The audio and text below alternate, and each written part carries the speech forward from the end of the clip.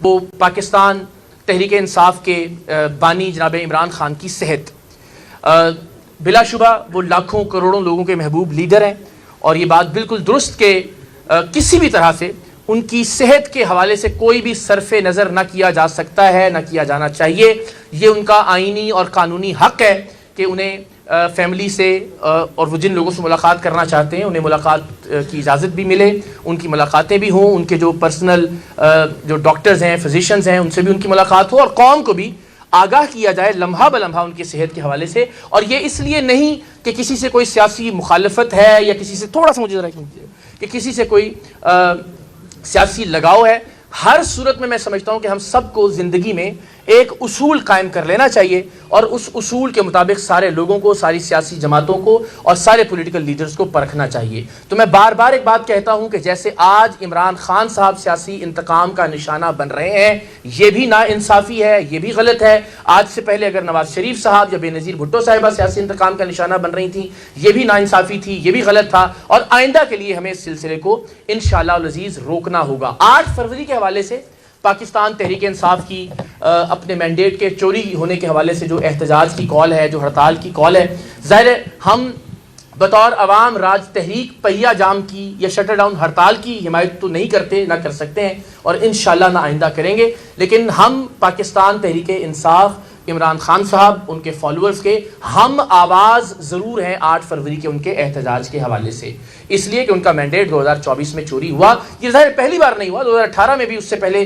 آج جو حکمران ہیں ان کا مینڈیٹ چوری کیا گیا. بھلے پی ٹی آئی کے دوست اس بات کو تسلیم نہ کریں، لیکن یہ جب ہوا یہ قابل مذمت ہے اور اس سلسلے کو اب روکنا ہوگا. اب سوال یہ ہے کہ پاکستان میں جو مسائل ہیں جن میں اسٹیبلشمنٹ کی غیر آئینی مداخلت ہے، جس میں بار بار کا اپنی آئینی حدود سے تجاوز کرنا ہے، ہم اس کی وجہ کس چیز کو سمجھتے ہیں؟ ہمارے نزدیک پاکستان کے یہ سارے مسائل اس وجہ سے ہیں کہ ہماری سیاسی جماعتوں میں ڈکٹیٹرشپ ہے، ہماری سیاسی جماعتوں کے اپنے اندر جمہوریت نہیں ہے، ہماری سیاسی جماعتوں میں اپنے اندر کوئی میرٹ کا شفاف نظام موجود نہیں ہے. لوگ یہ کہتے ہیں کہ جناب پولیٹیکل پارٹیز میں اس لیے ڈکٹیٹرشپ ہے پاکستان میں، یا اس لیے شخصیت پرستی یا موروثیت ہے کہ پاکستان میں اسٹیبلشمنٹ کا کردار بہت غیر آئینی کردار پاکستان کے اندر رہا ہے.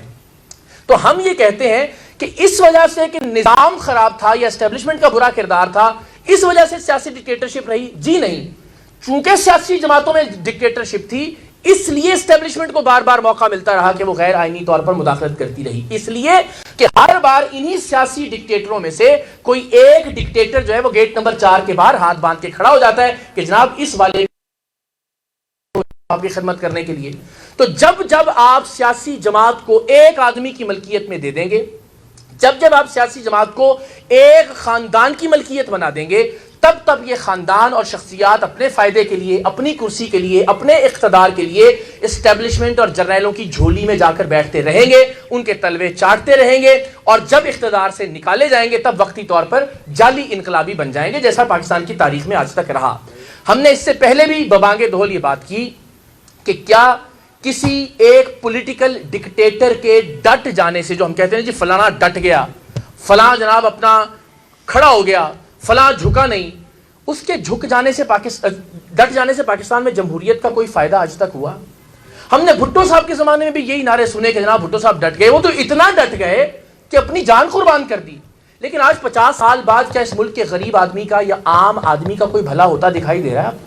کیا اس ملک میں بھٹو صاحب کے سو کالڈ ڈٹ جانے کی وجہ سے کسی طرح کی جمہوریت کی کوئی خدمت ہو سکی؟ یا عمران خان صاحب کو 2.5 سال ہو گئے ہیں ڈٹے ہوئے سو کالڈ، کیا اس کے نتیجے میں جمہوریت 1 انچ بھی پاکستان میں آگے بڑھی ہے؟ کیا پاکستان میں جو غریب آدمی ہے اس کا روزی روٹی کا مسئلہ حل ہو گیا ہے؟ کیا روزگار کے مسائل حل ہو گئے ہیں؟ بھائی جو ظالم ہے، جو جابر ہیں، وہ تو اپنی جگہ قائم ہے. ہمیں شکوہ یہ ہے کہ ہمارے جو گھر کے آدمی ہیں، جو نواز شریف صاحب ہیں، جو زرداری صاحب ہیں، جو عمران خان صاحب ہیں، انہوں نے باریاں لگائی ہوئی ہیں. یہ بار بار اسٹیبلشمنٹ کی گود میں جا کر بیٹھتے ہیں اور جب نکالے جاتے ہیں تو وقتی طور پر انقلابی بن جاتے ہیں. کل ہم نے نواز شریف صاحب کو جب وہ ووٹ کو عزت دو کا نعرہ لگا رہے تھے، ہم نے کل ان کو جمہوریت سمجھ لیا تھا. آج عمران خان صاحب حقیقی آزادی کا نعرہ لگا رہے ہیں، آج ہم نے ان کو جمہوریت سمجھ لیا ہے. جب تک آپ شخصیات کو جمہوریت سمجھتے رہیں گے، اس ملک میں جمہوریت کا کوئی بھلا نہیں ہو سکتا.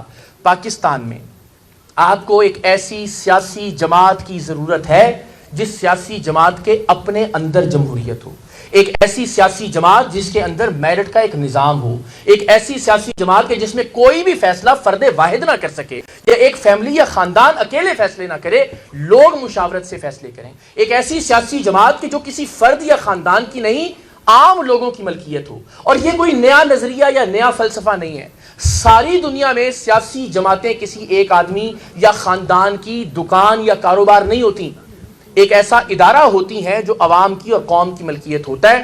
جیسے پاکستان کے باہر برطانیہ میں، امریکہ میں، جرمنی میں، دنیا بھر کی مثالیں لے لیں، ہمارے ہمسایہ ملک میں وہاں بھی اگر آپ دیکھیے کہ بہت ساری ایسی پولیٹیکل پارٹیز یا سیاسی جماعتیں موجود ہیں کہ جو اداروں کے طور پر کام کرتی ہیں، جن میں الیکشن کے ذریعے، میرٹ کے ذریعے لوگ منتخب ہوتے ہیں، اپنا کام کرتے ہیں، مخصوص مدت کے لیے اپنے ٹینیور اور ٹرم کو پورا کرتے ہیں، اور اس کے بعد نئے لوگ منتخب ہو کر آ جاتے ہیں، نئے لوگوں کا الیکشن ہو جاتا ہے، اور وہ بھی میرٹ کی بنیاد پر اور ڈیموکریسی کی بنیاد پر۔ تو یہ تحریک میں پھر وضاحت کر دوں، عوام راج تحریک ابھی تک لوگ نہیں سمجھ پا رہے ہیں، ان کو لگ رہا ہے کہ شاید ایک نئی پارٹی کھل گئی ہے۔ ہوتا یہ رہا ہے نا کہ ایک آدمی آتا ہے، وہ کیمروں کے سامنے بیٹھتا ہے، کہتا ہے جناب میں اپنی پارٹی کھول رہا ہوں، جس طرح کوئی دکان کھلتی ہے۔ پارٹیاں بنا کرتی ہیں، پارٹیاں ارتقاء کے ایک مرحلے سے گزر کر ایوالو ہوتی ہیں، تشکیل پاتی ہیں۔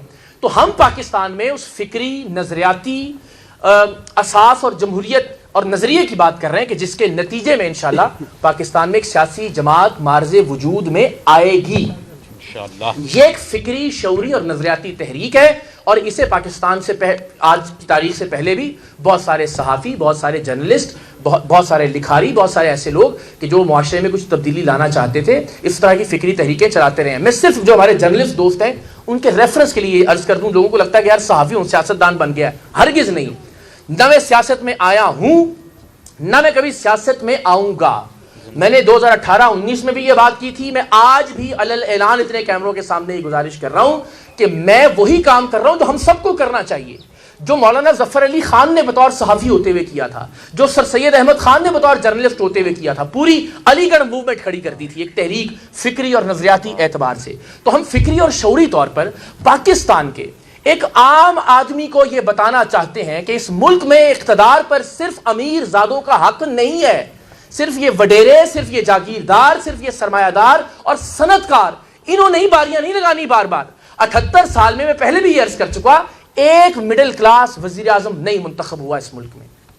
78 سال میں آپ تاریخ اٹھا کے دیکھ لیجئے، یا کوئی امیر زادہ ہے، یا کوئی ایچیسن کالج کا پڑھا ہوا ہے، یا کوئی انڈسٹریلسٹ ہے، یا کوئی سرمایہ دار ہے، یا کوئی وڈیرا ہے، یا کوئی جاگیردار ہے۔ اوپر اس طرح کے لوگ آتے رہے، اور نیچے حلقوں میں وہی ٹیوانے، کھوسے، کھچی، جتوئی، مزاری، لغاری، مخدوم، ان کی باریاں لگتی آتی ہیں۔ ان کا بیٹا ہوگا، ان کا بھائی ہوگا، ان کی بھابھی ہوگی، ان کا بھتیجا ہوگا۔ اس ملک میں مڈل کلاس یا عام لوگوں کے اقتدار میں آنے کا کوئی رستہ موجود نہیں ہے۔ میں پھر کہتا ہوں، طلبہ تنظیمیں کہ جو وڈیروں کے مقابلے میں لیڈرز پروڈیوس کیا کرتی تھیں، ان پر اس ملک میں پابندی عائد کر دی گئی۔ بلدیاتی نظام کو مضبوط ہونے نہیں دیا گیا، اس لیے کہ وہی یہ جو خاندان ہے، اگر یہ مسئلے گلی محلوں میں آپ لوگوں نے حل کرنا شروع کر دیے تو پھر یہ مسائل کیسے حل ہوں گے؟ اور سیاسی جماعتوں میں جمہوریت آنے نہیں دی گئی، اس لیے کہ اگر میرٹ کا یا جمہوریت کا کوئی نظام آپ سیاسی جماعت میں لے کر آئیں گے تو پھر کوئی قابل باصلاحیت مڈل کلاس کا لڑکا کسی دن آگے آئے گا اور آپ کو اپنی سیٹ چھوڑنا پڑ جائے گی۔ تو اپنی سیٹ کی انسیکیورٹی کی وجہ سے ان پولیٹیکل ڈکٹیٹروں نے اپنی سیاسی جماعتوں میں بھی جمہوریت نہیں آنے دی۔ بس یہ بات سمجھانے کی کوشش کر رہی ہے عوام راج تحریک کہ عام آدمی کو یہ اعتماد دیا جا سکے، عام آدمی کو یہ بتایا جا سکے کہ آپ صرف اس لیے پیدا نہیں ہوئے کہ ان وڈیروں، ان مخدوموں کے ہاتھ جوڑ کر ان سے ملیں، ان کی گاڑیوں کے دروازے کھولیں، ان کی گاڑیوں کے پیچھے بھاگیں، سائیں سائیں کریں، یا جیوے ہی جیوے اور آوے آوے کے نعرے لگائیں۔ آپ کے پاس بھی، آپ کی اولاد کے پاس بھی یہ برابر کا حق ہے کہ آپ اقتدار تک آئیں، قیادت سنبھالیں اور اس ملک کو ٹھیک کریں۔